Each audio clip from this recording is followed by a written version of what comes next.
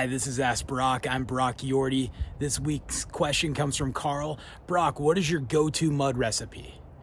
My go-to mud recipe, working in the Midwest, the Southeast, around the country, it depends on my geology, but I prefer medium yield bentonite over high yield bentonite, but either one are good. We got to have a good base to that go-to mud recipe. So, we're looking for a water that's got, less than 100 parts per million hardness. We've bumped the pH up by using soda ash. It precipitated out that calcium hardness and bumped our pH. And then I've built a good base gel. And then on top of that, I'm looking for good filtration control. I like having a 15 or less for my water loss, using a filter press.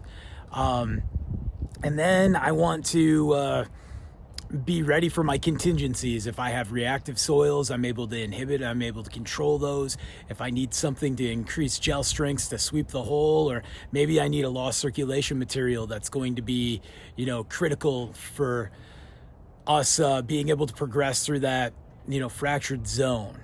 One of my favorite mud mentors, Jeff Blinn, he just dropped this huge knowledge on me about, drilling fluids are a system.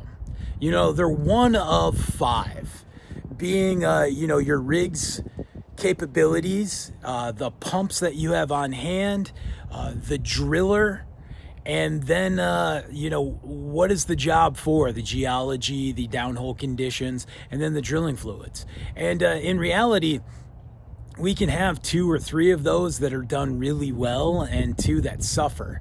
And so when it comes to a good mud recipe, it comes down to, what are the products do I have? Did I plan for this job, or did something go wrong? And the most readily available products that we have is going to determine how our project's going to turn out. And we can manage our way through many things. It's just about times and expectations. I just can't stand it when I get a mud salesman on site that's trying to sell me magic dust so he can make his quota. And it's not something that's important to the project. Back to basics. Let's pull the curtain back. And I need a good bentonite.